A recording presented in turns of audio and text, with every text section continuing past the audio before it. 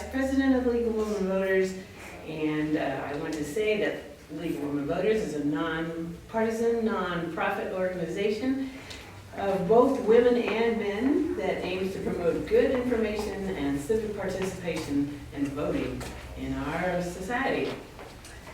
I want to announce the next month, the March 10th Lunch and Learn, will be Jane Anderson with an update on Friends of the River and the River Project.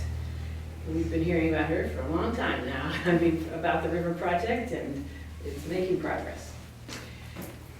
Today we have Heath Hogan, who is the Superintendent of Salina Public Schools.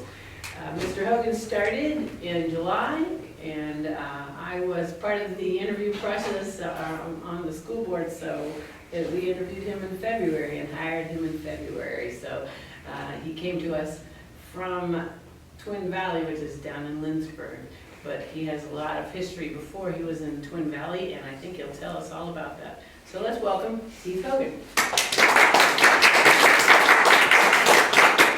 Thank you. It's actually Smoky Valley. Oh, sorry. That's all right.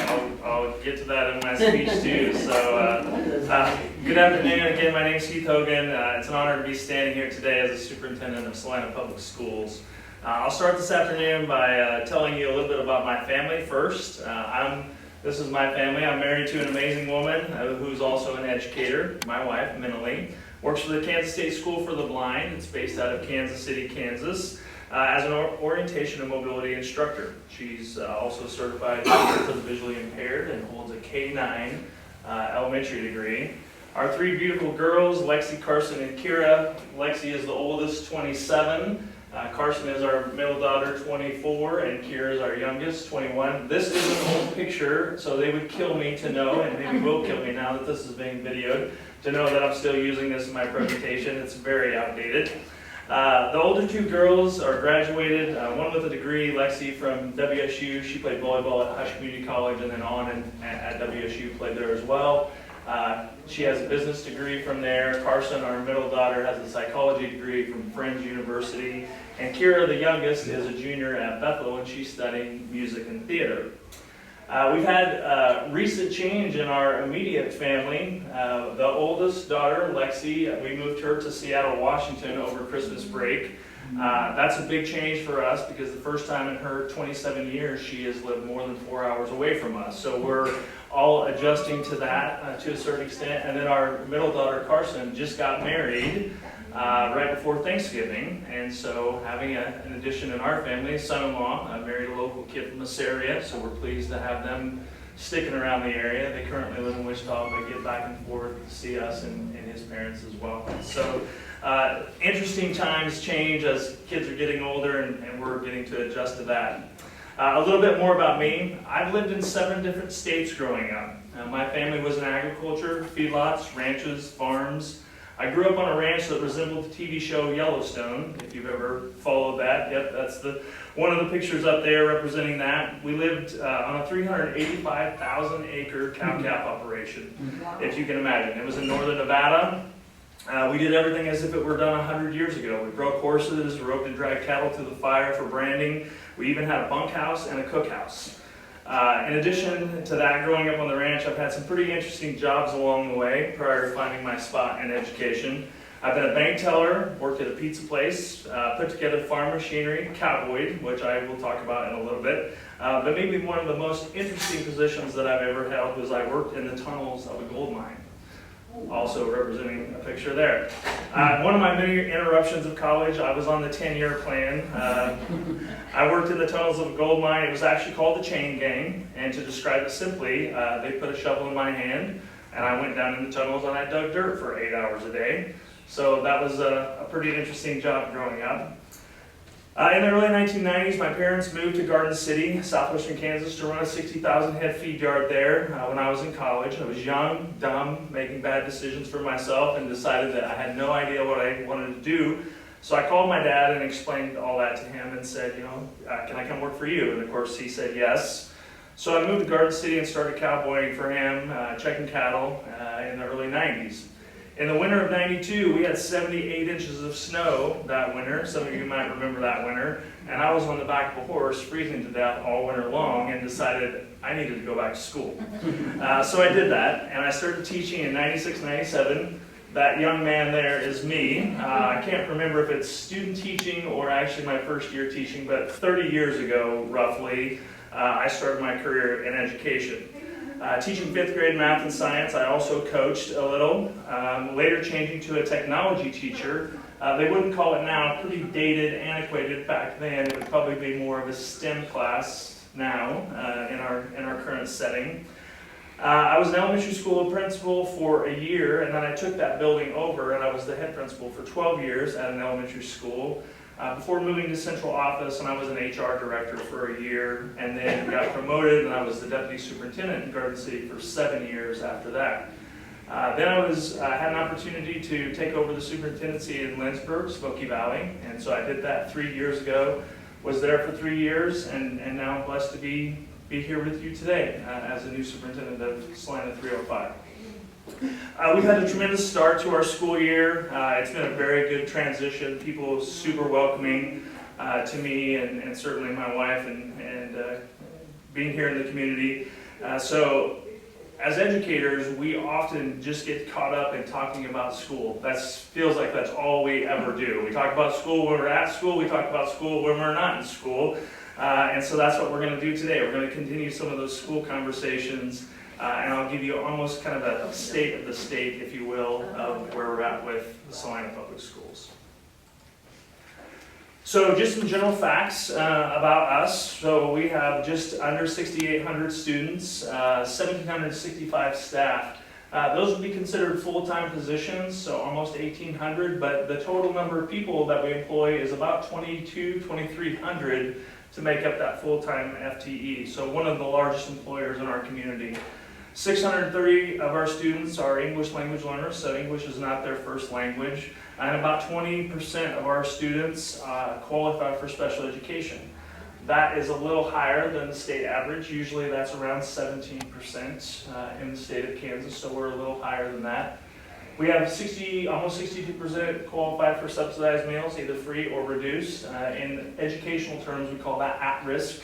And so that's one of the terms that we use. And we're 16th largest school district in the state of Kansas. That has changed over the years, which I'll talk about lower enrollment.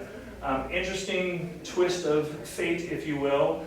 The sister school to Salina is actually Garden City. And so we have been 15th and 16th this year, and in years past it was anywhere between 8th and 10th largest, and we kind of fit together in that group. As I was growing up in the system out west, Salina was the school that we often compared ourselves to when we were there in terms of numbers, diversity, demographics, those kinds of things. Junction City was the other one that kind of played around with the rankings there. So in our system here in 305, we have 8 elementary schools, 2 middle schools, 2 high schools, 1 virtual school. Really is a nice clean feed. So we have 4 schools, elementary schools that feed into 1 middle school, and that middle school feeds into 1 high school, and that's same on both ends of town. We also offer some unique programs. We are the host of one of the largest cooperatives, special education cooperatives in the state. Actually makes up 12 school districts, everything from little 1A all the way up to us. We're the kind of big brother of the group in terms of 5A. And so that brings on its own challenges when you're dealing with such diversity in the makeup of schools. But we are the host and have been since probably the early 70s. And again, one of the biggest in the state. We have an adult education center as well. So we just celebrated probably, I'd say 3 weeks to a month ago, I had the opportunity to celebrate this. And so 45 years of adult education in Salina. What makes us a little bit unique is, generally speaking, adult education programs are not under the umbrella of the school district. And that is still true for us. Also, that evening we got to celebrate 10 years of Partners for Success. That's a program that we work with our community and businesses to try to help with employment, give some work skills that we're helping with. And so that's been a very successful program as well. And we also have Heartland Early Education Center, which is a multi-county hosts Head Start, preschool, that birth to 5 range, and we also have a parent-to-teacher program that is home there, and we were super proud to recognize them as a national Blue Ribbon program, one of 11 in the state, actually. So very blessed to have such good people in that setting.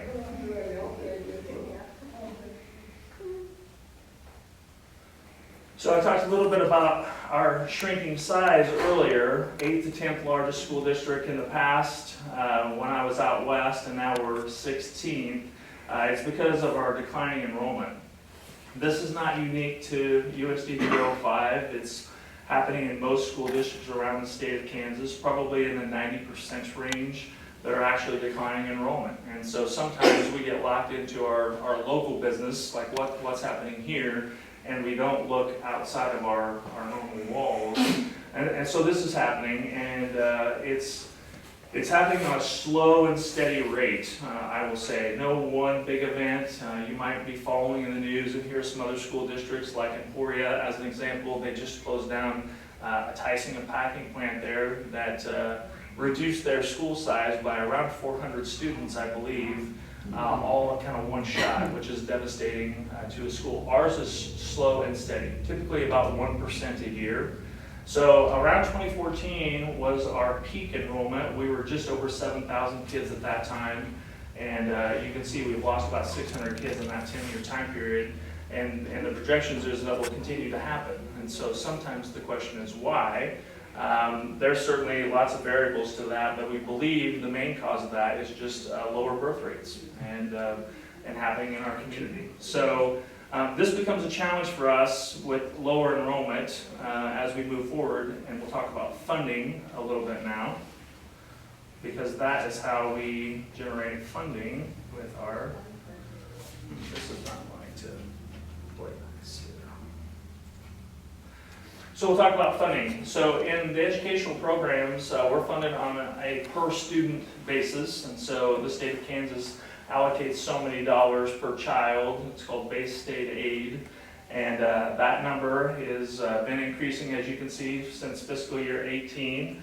I would say the general reason for that increase is because of some litigation that's happened. There's been 3 major lawsuits surrounding school funding that has went through as high as the Supreme Court, and the decisions based at that level in our court system has, I'll say, forced legislation to add money to our funding formula that we currently have.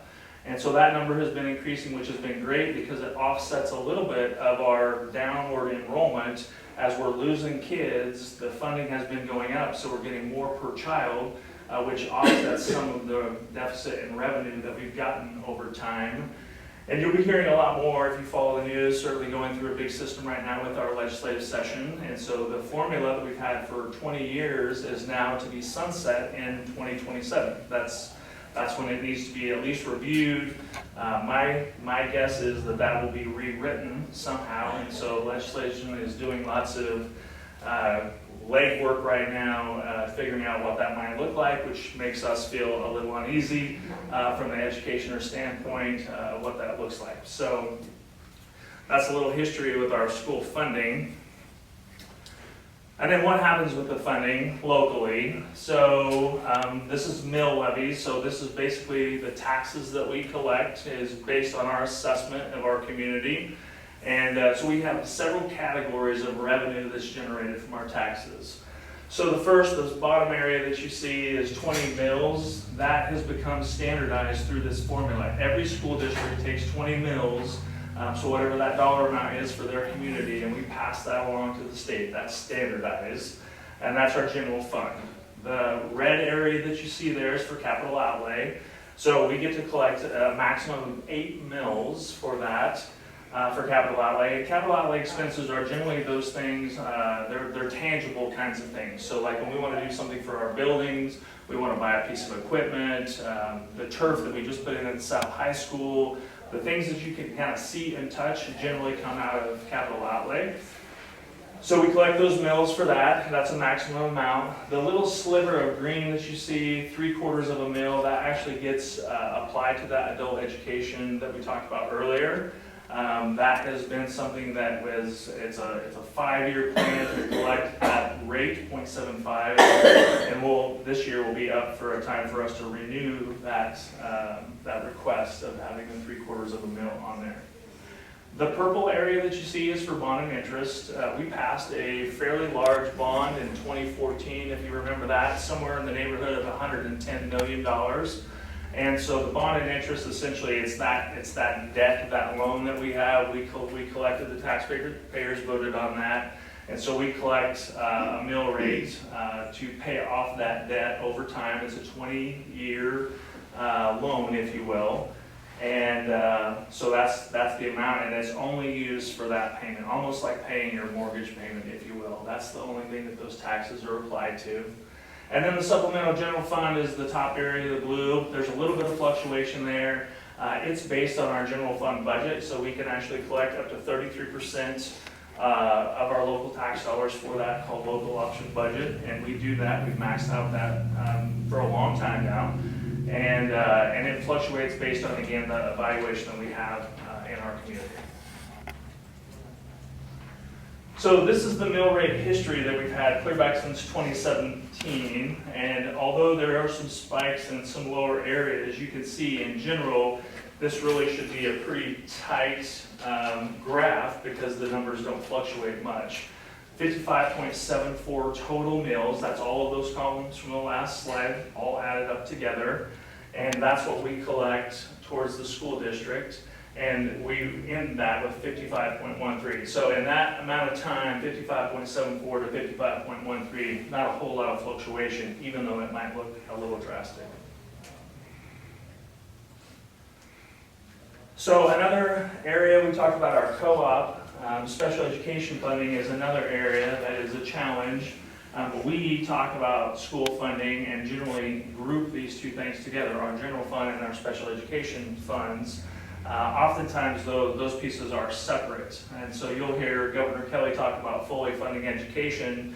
We would argue with her a little bit with that it's not truly fully funding education if you're not fully funding special education. So special education, there is a statutory law that says that the state will pay in excess of 92% of the excess costs the state would fund. We haven't done that since 2011. You can see here on the graph. That was the last time that they being legislation, have met their obligation to fully fund special ed. It's been declining since then. You could probably make some argument. The reason the decline, it's lost some attention while they were going through litigation, all the many cases that we've had, and they were trying to get the general fund balanced or having that come up in that earlier slide that we pointed out. So it has continued to decline to the point where this year we're at 73.2%, and if the trend continues, we would forecast that we'll be around 70% of excess costs in next fiscal year, which again, this could probably all change based on those funding formula changes that legislation may make based on that. So what happens? This is a federal law, so we have to make that payment towards special education. So we end up transferring those general fund dollars that we have towards special education in order to meet our obligation of those excess costs. And so for us, that's about $4 million a year that we transfer from general fund to make up what our state is not paying for. So it certainly puts a burden on the revenue stream that we're generating. So what happens with all of those dollars? So the value to us is the dollars go back to the classroom. That's our priorities. And you can see by this graph that 90% of the dollars that we collect directly goes to students, but in different categories. So the instruction piece is obviously the major piece, 60.6%. I'm not going to get into all of the percentages here, but everything from here through instruction would have a direct impact on students. So our Head Start program, the facilities that we have, the heat, the lights, making our environment comfortable for kids, transportation, 2.5% of that. We actually contract out our transportation needs, so we don't have buses ourselves. We contract those out for the most part. School administration falls in that. That's your building principals, assistant principals, food service, obviously our nutrition, instructional support. These would be counselors, We have interventionists, people in that category would fall there, and then student sports, same kinds of things. The things that we disqualify maybe outside of this would be our maintenance. So again, that's that capital outlay money that we talked about. Central services, this would be people that work in the central office, payroll, HR department, those kinds of things. And then general administration would be me, my salary, and then any expenses that we have that would be associated with our Board of Education. So how do we make the determinations to spend that? We'll talk a little bit more here in a minute about strategic planning, which helps us, but these are the priorities that we've listed in the most recent years. Staff compensation is the top priority. So just having that living wage, in my personal opinion, teachers don't make enough money, have never made enough money, and so that continues to be something that we strive for, is to be competitive, certainly with local districts that we have around here, but also at the state level as well. So we want to give good raises when we can, and again, as the enrollment goes down, revenue becomes shorter, that becomes more and more of a challenge, more of a give and take proposition maybe than it has been in the past. Professional development, we want the best teachers that we can have. Certainly, we know that they have that first line of defense. They're the most important thing with our kids and their education, and so we want to continue to hone their craft. Make them better, and we've done that through some professional development, really focusing on the science of reading that you'll hear. We use that term. The program we utilize is called LETTERS. And then also visible learning is a strategy that we're learning to implement into our classrooms. Student support, again, we made some decisions back. There were some dollars for COVID relief funds. It was called ESSER dollars. And with that, we added a bunch of staff, additional social workers, academic behavior interventionists, and counselors. When those federal dollars, that COVID relief money went away, no longer available to us, we made the decision to pick that up out of our general fund expenses and continue utilizing those people. So back to that student support, again, really important to us, and that became a priority. And then staffing and recruiting enhancements. Again, we want the best place to live and work is our mission, certainly. And it's becoming more and more of a challenge. There's less people going into education than there ever has been in history. And so the reach that we have to go through to get or recruit teachers is unbelievable. When I left Garden City, it was before I left Garden City, but the year before COVID, I was in the HR department there. It was part of my duties, and we went to 19 states and 44 career fairs to recruit out west. That again, to go find people that want to be in education has certainly become more of a challenge. So with that, I think you have seen that we have more open positions maybe than we have. We have undertrained staff in some cases, or the state has been really good to us in terms of finding different ways to license people, maybe non-traditional people that have a degree in something else and now have a calling to go into education. And so we have certainly have a really good HR department doing that. We've had some real benefit of growing our own. And so dollars that are associated with those kinds of efforts are important. But one thing that we got from feedback, which we do through a needs assessment, where our teachers have input, our building administrators have input, is like, what's the important thing? The feedback that we were getting was there just wasn't enough substitutes. And so that became a challenge in putting strain on our classroom teachers that we did have, because they would have to go next door. If someone was sick, they would go next door, pick up a class, cover a class, those kinds of things. So we, for the first time, invested in a partnership with a company called Kelly Education Services, and their only duty really is to secure substitutes for us. And so we've done that, invested quite a little bit of money with them, and we're seeing some real results. The goal at the time when we started this was if we could improve our subfill rates by 30%. They're not quite at 30, but certainly a significant change. I'll share with the board later this evening. I think we're somewhere around 24% increase, and we're up to 74% fill rate, which is the highest it's been in a long, long time. So definitely seeing the return on investment there. I talked a little bit about strategic planning. This is something that Ms. Exline did before she left. This has been in place for a number of years. You probably are familiar with the strategic planning process, so it's input from community members, our staff, administration, certainly the board, and then what is important to us, and what do we want like our graduates to look like when they walk across the stage, and what do we need to focus on as a school district. So the outcome of that is our vision statement, which is to make Salina Public Schools being able to transform Salina, community, and the world. And then how we do that is really our day-to-day mission. And this is where the work happens, in my opinion. So the Salina Public Schools mission is to be the best place to learn and work. We typically shorten that when we're using it for decision-making processes, but it goes on by saying embracing, challenging, creating belonging, fostering pride, and inspiring hope. This is more than posters on the wall. We really do take that essential piece, best place to learn and work, and it helps us in our decision-making with recruiting, the retention of the staff that we have, doing stay interviews, decisions with our money that we spend, really goes back to enhance those two things, best place to learn and work. The outcomes for kids, we have three really big, broad goals.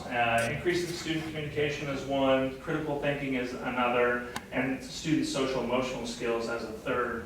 Those are pretty broad, and you could probably get some pushback that they're not specific enough to make a difference because they're not focused, but we get more granular in what we're doing with our school improvement goals, our building goals that relate back to these things, kind of a cascading effect, if you will.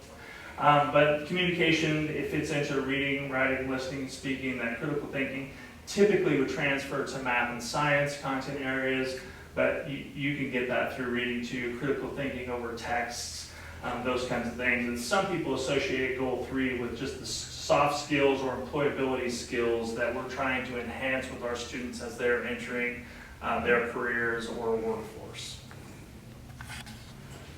So celebrations. These are things that we certainly have to be proud of, and I'm not going to read through that entire list for you, but I do want to highlight a couple areas.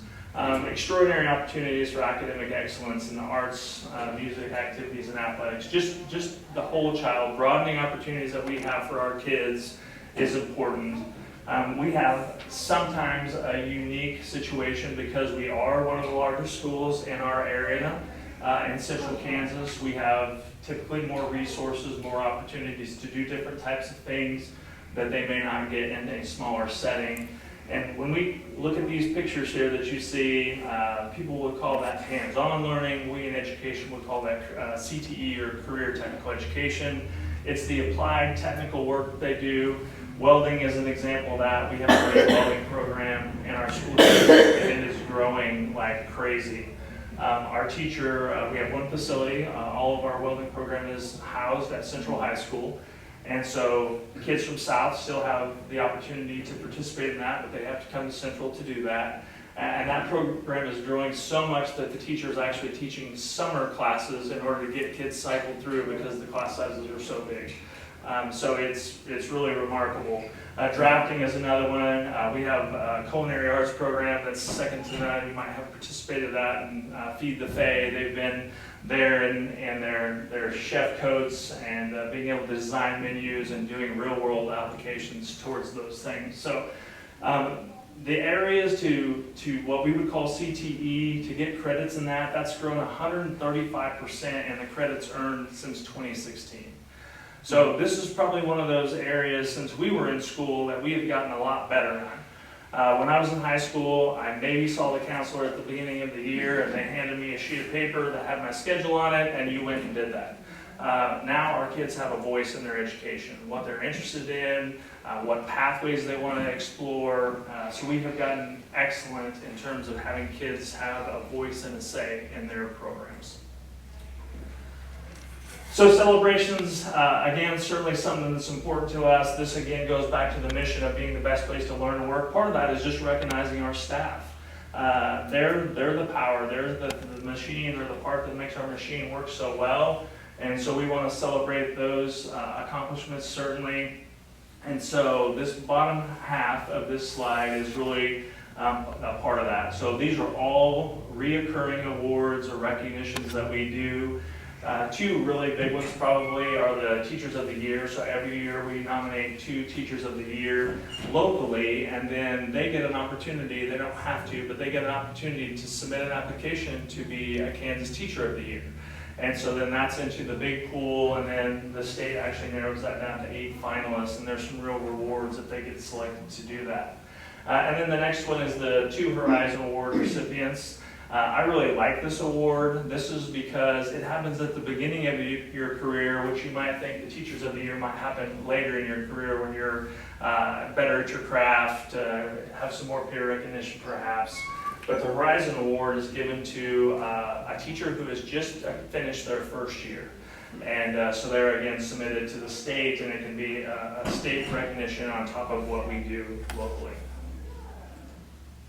Okay, so with the successes we have, we certainly have our challenges as well. A few things that jumped out to me as I was taking this position and learning a little more about Salina 305.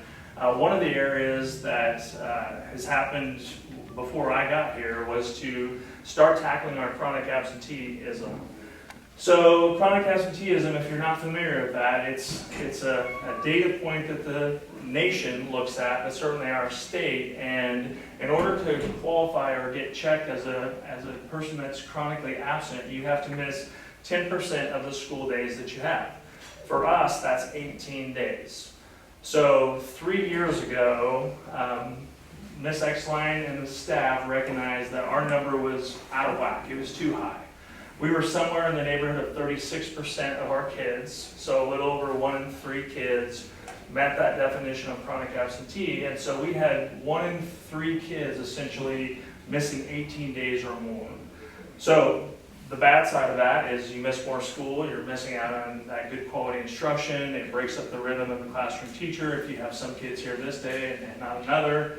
And so they started with this campaign and remarkably have lowered that by 11% in 3 years. And again, nothing to do with me whatsoever. That was all prior to me getting here. So it's lowered it to around 25% right now. That's right in line with our state average. Big uptick in chronic absenteeism across the nation, certainly in the state of Kansas, but really after COVID is when that number started to change. And the philosophy of being in school started to change. So we continue with this campaign now. We continue to draw attention to it, and really it's broader than even USD 305. This becomes, in my opinion, it's a community problem. If you think about our elementary kids, if they're qualifying as chronic absentee, those kids are oftentimes driven to school, and so sometimes that's a parent issue, not a school issue. So some of this is about education, just understanding that there is an accountability system in place, and then working with families on how we can get their kids to school and the importance of being in school, again, with instruction. You can extrapolate that down to when they're later in life, when they're in high school, there's actually value in dollar amounts that you earn with finishing school, graduation rates, those kinds of things. So that leads me to another challenge, which is our graduation rate. It is lower than we want. Certainly we have some work to do there as well. Anecdotally, I think these two things go together. Kids missing school, then you have a lower graduation rate. Again, there's a devaluation of graduating. So we're going to continue to look at that, and we're kind of peeling off the label of graduation rate. That implies that it's a high school situation, and really we're looking at it as a system, and it's about student success. And so we're talking to kindergarten teachers about understanding their value and their seat in this issue of graduation rate and how we all have a part to play in that. So those are probably two of the biggest ones that we have currently that we're trying to tackle right now. So that is my state of the state, if you will, and certainly we'll open up to questions if you all have. Yes, ma'am. I hope I understood this right, but this morning I was reading the news Could you stand up, please, so we can hear you?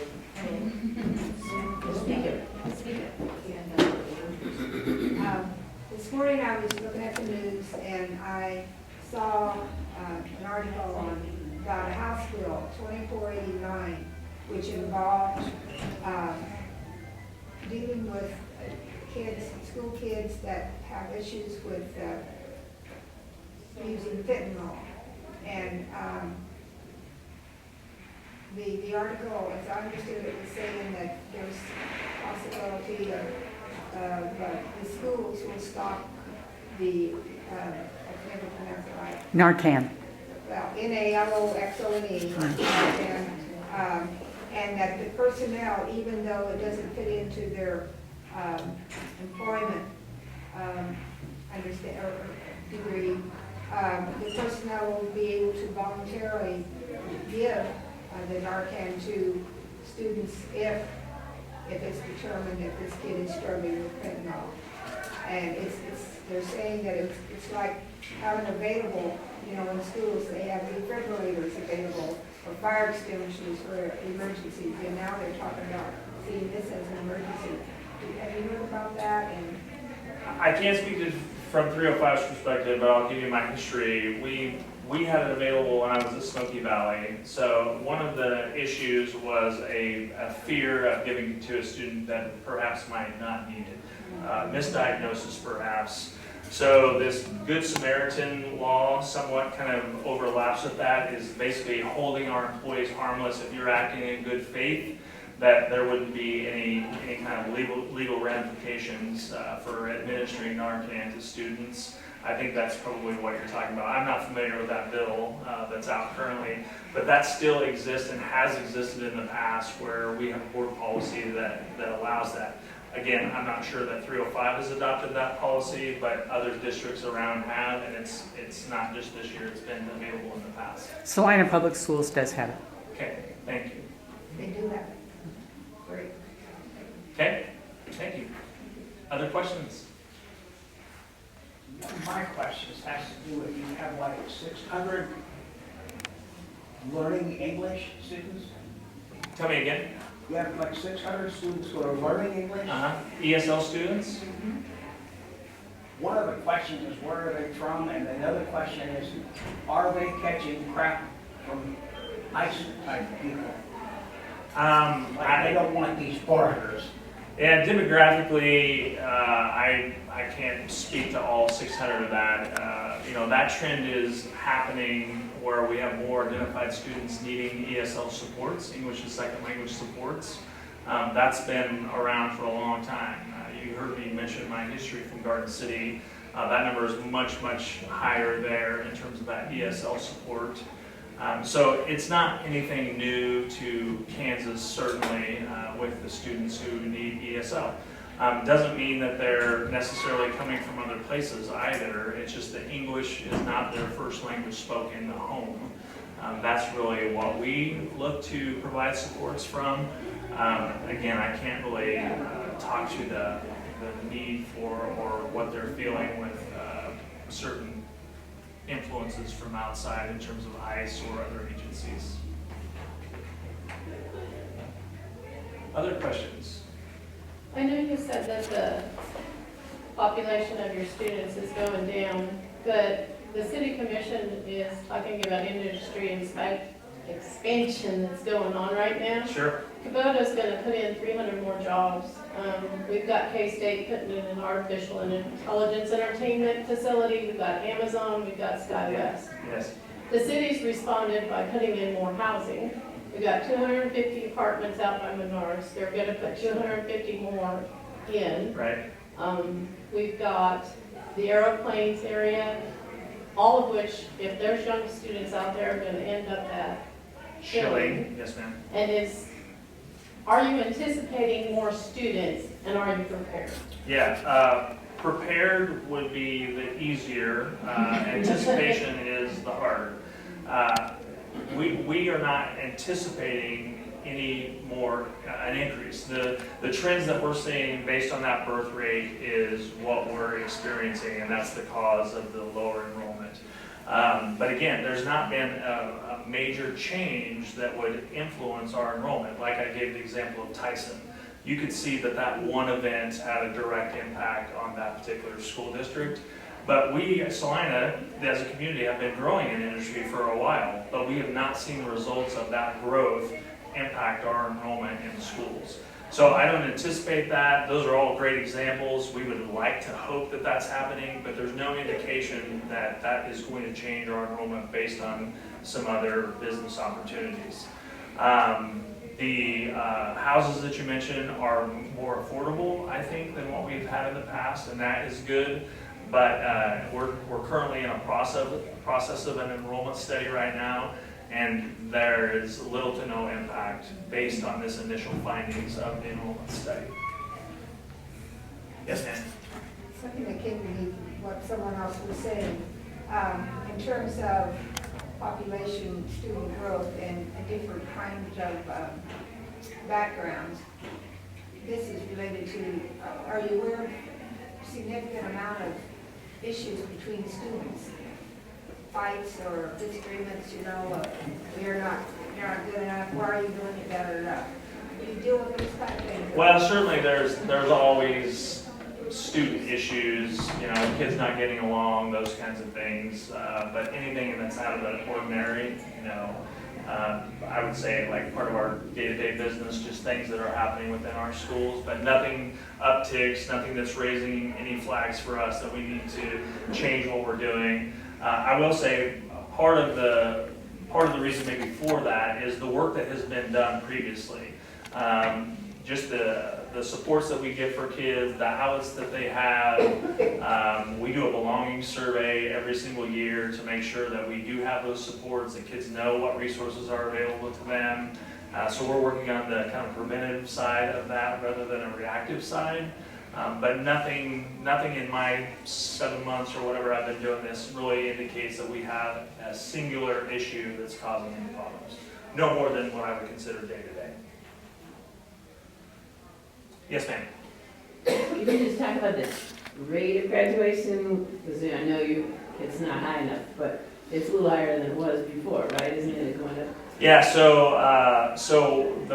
my first year, that first data point, so the challenge with graduation rate is the data that we get is in the rears. It's data that's old. And so it's often a little harder to predict what the current data will tell us. But when I got here, Salina's graduation rate was 81% collectively. And the goal from the state of Kansas, so Dr. Watson is the Commissioner of Education. He has announced his retirement. However, he has talked about Kansas can, and they want to be the leaders in the world. And one of those things is to have a 95% graduation rate. And that has been a goal from across the state in his 10 years here. That has always been the goal. And it would be remarkable, historical. I don't know that there's a state in the nation that has a graduation rate that's that high as a complete state. So that's what we're striving to get to is 95%. 81% is too low. So what are we doing to look at that? So we're looking at causes. Again, chronic absenteeism may be a part of that. Is there a particular time of year? Not necessarily seasons like fall, spring, but in their career path, is there a particular year that we're losing kids? So I'll give you an example.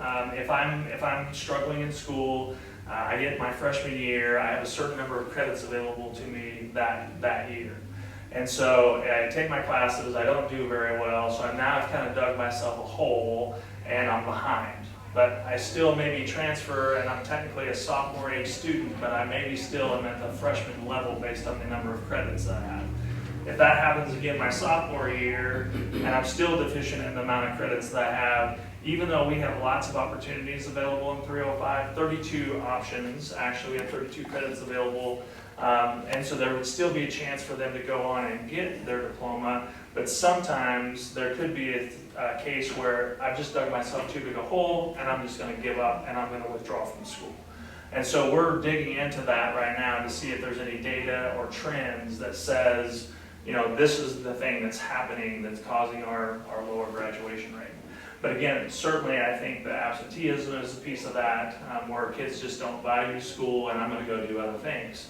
The other piece of it is just how maybe the world has changed a little bit and you can go and work and make a pretty good living without having a diploma in some people's minds. And so we're looking at that as educating our families on there is a monetary value to having a diploma. There's more of a monetary incentive if you get a certificate, even like a 2-year technical school or going on to a 4-year university. Again, not everybody has to do that to be successful, but there are advantages to going through a system like that. Our last graduation rate, I think, is up to 84%. They look at it as a 4-year cohort. There are rules behind graduation rate. Basically, it's like when you enter as a freshman, your clock starts, and you're expected to graduate in that 4-year time period. And so we look at the number of kids that are with us as freshmen, and we would expect that number to be the same when they graduate 4 years later. And that's the cohort that they look at. So every year you essentially get a new cohort while that freshman class enters. There's a 4-year clock to that. And so that's where those numbers or that percentages come into play, is that's the percentage that we graduate within that 4-year time period, not necessarily on a single year-to-year basis. Does that make sense? Is PPD still in place? It is, yeah. And does it need to be expanded to help with? So we have a number of safety nets. Yeah, so it's an opportunity for PPD is an opportunity for students who might be in that deficiency area that I talked about. Dug myself a hole where I can go and get some individualized attention, so to speak. My day is structured in a different way than other students might be going through a schedule. So there's a number of supports like that we have available at both schools, along with some other things. I mean, our adult education program, our GED program, all that would help towards graduation rate.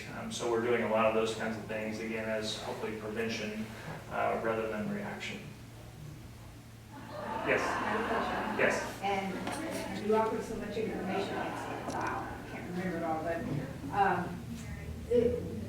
what kind of classes, if any, is there to help the students recognize from an emotional, psychological point that they are good, they don't have to be perfect, but they're good, and help build their self-esteem? Because I personally believe a lot of their sometimes failures in schoolwork is because of them not liking themselves very, very much, and where did all that come from, and learning to love themselves.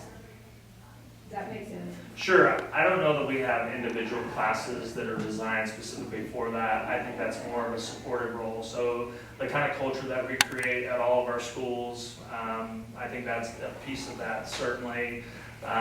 The resources that we have with our school counselors, social workers that we have partnerships with Central Kansas Mental Health.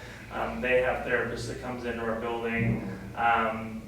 There was a grant that was mental health intervention teacher, MHIT. We got that a number of years ago, utilizing just more of that support staff. So just giving kids resources and outlets to do that. Those are certainly in place, but not necessarily a dedicated class. Yes, ma'am. Do you still have the belonging committee?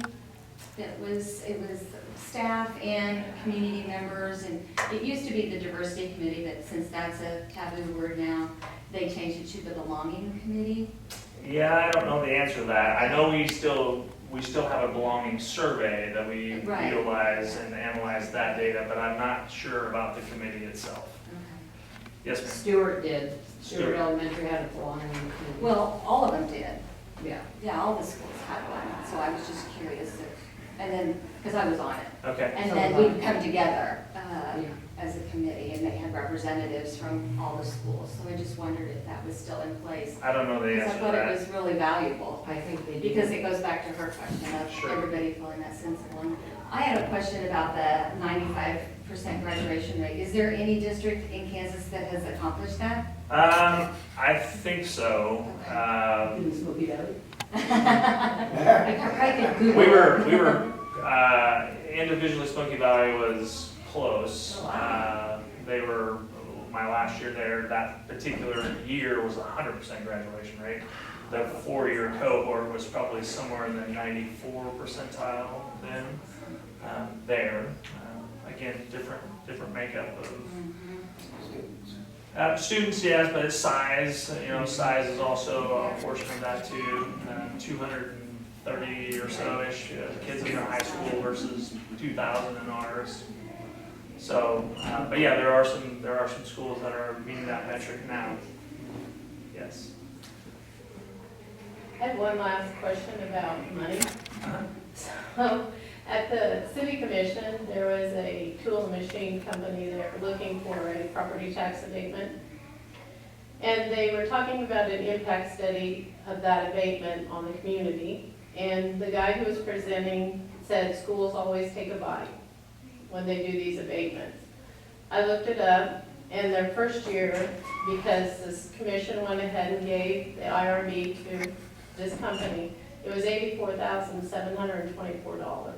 That we are getting or not getting? Not getting. Mhm. And then a total of $1,059,067 over the 10-year period for the tax abatement. I was just wondering if the school and the city keep in contact with each other and communicate about this effect when they do these kinds of IRBs. So I'm going to speak outside of my expertise here a little bit for sure. So nobody quote me on this. I'll be watching this but I think there is a legal obligation from the city to pass that around to tax entities. So we would get notification of that and their proposal, and then we would have a right, if you will, where we could go and oppose of that. And I think if any one of the tax entities opposes it, or it doesn't happen. But we want to be good partners in that. Again, there's opportunities to grow Salina as a community. So I don't know that there's been a time that we've objected to those abatements because we feel like that's growing us as a community. And again, some of the things that you mentioned earlier, they may result in us having better enrollment. So we're going to take a little hit on the assessment piece perhaps, but maybe the outcome of that is more families, more students. So I don't know that there's a time that the district has took a stance and said, no, don't do that, because we see the value of we're going to give a little now to hopefully get something down the road. Right. That makes sense. Other questions? Okay, thank you very much. Thank you.